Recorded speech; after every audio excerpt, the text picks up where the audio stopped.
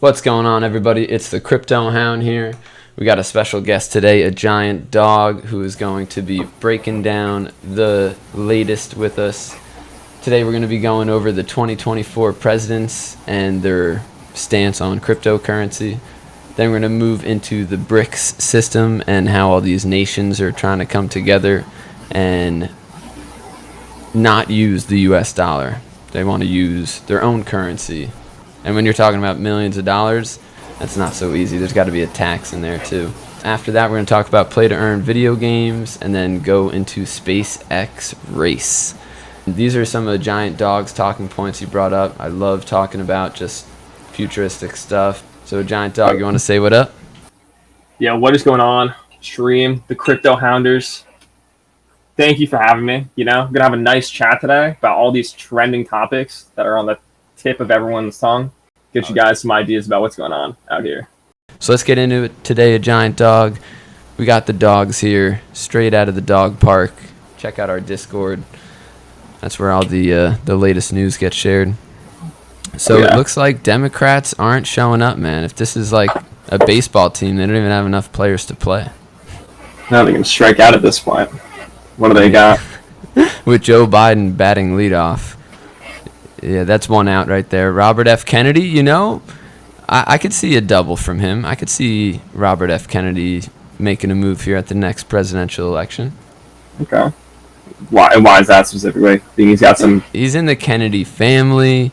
There is a standpoint that he came out with that he's more pro Bitcoin. Let's see where he stands. Okay. Not a lot of people like Joe Biden's hot. Obviously, he's our president right now, but a lot of people are looking to anyone else fight for the top ladder. I remember last election cycle, I feel like a lot of the candidates were not like, as a candidate can run, but not actually be going for the presidential spot. They're just kind of also like maybe pushing their agenda, just like making sure it gets heard, like when they go to these debates and do these things. So I feel like a lot of people. True. A lot of the other candidates. I feel like more on the Republican side that I feel like that will happen again. Oh, look at this, dude. This would be huge. Imagine this during the next bull run.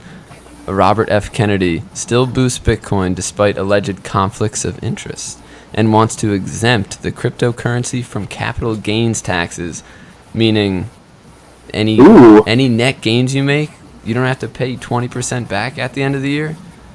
They'll be like, what is that?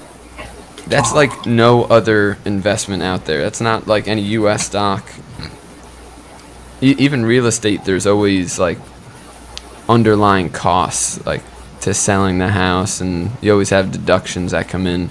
So it's kind of a natural way for anything, but to exempt them, I think this might just be like a media hype article here. Yeah, that's a lot. Because what's like the only thing that does that is it's like you could Roth IRA, something like that. Yes, where you don't right. think of that. So it's almost like any cryptocurrency you have is as if you put in a Roth IRA, which is just ridiculous for like savings on taxes. Exactly, that's a great way to interpret that.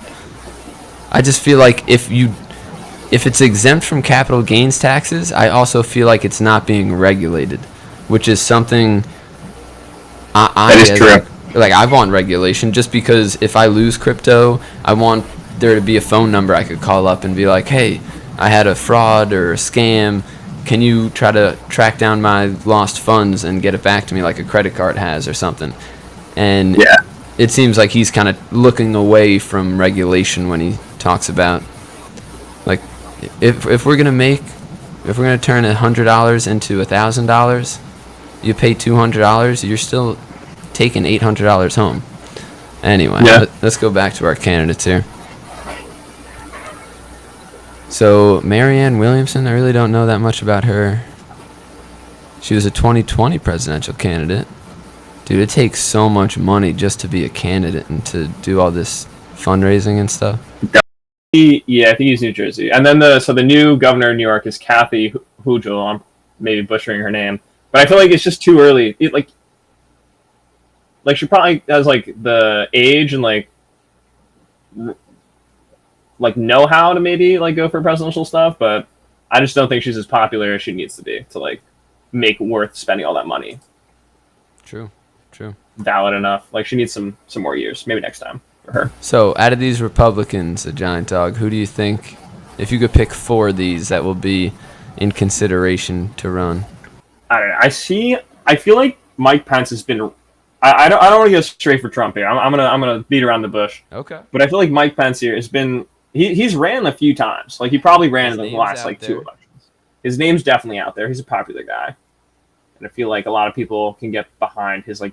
He reminds me of like a normal like standard kind of Like, Republican he's guy. running for vice president again. Like, Yeah, he is totally fine being vice president. He's like, you know what? I'll aim for the moon. he was land in the VP. That stars. is true. I'll be Okay. right. So, Wait. Trumpy, Pensy. What are your other 2? Is Ron DeSantis the one in Florida? Is that Florida? Yeah, the whole. Yeah, he was getting a crazy hype. I think him, those 3, and then Chris Christie are like my top 4 Yeah, I'd agree of the with that. people I feel like. This Ramaswamy dude gets a lot of attention too. He was in the other articles, and I'd like having a young president that's like knows the latest. New Hampshire. Yeah. I know. I feel like biggest thing right now is like going through the government. There's like, a lot of people hating on how the government's run, where it's like people, like you have these like really old, elderly Congress people who are just not able to do their jobs, or like it's not even that they're not. Sometimes it's that they're not able to, but in other cases, it's just like you could have someone else who would just do better. Like Yep. if you had a fresh guy who was That they're like, complacent. Like, okay, you have the job now, and yeah, it really seems like what's going on now is more like a manipulation kind of thing. It's not what Biden wants; it's what's brought up to him, and he's just approving it. He's like, yeah, that makes sense. That's fair, sure. yeah, But we need a president that has his own like ambition and like passion to make a difference that he wants to do. That's what we need. We need someone with some drive. Yeah, so a giant dog. Check out the numbers here. This was on Ramaswamy's little Wikipedia thing. Donald Trump, right?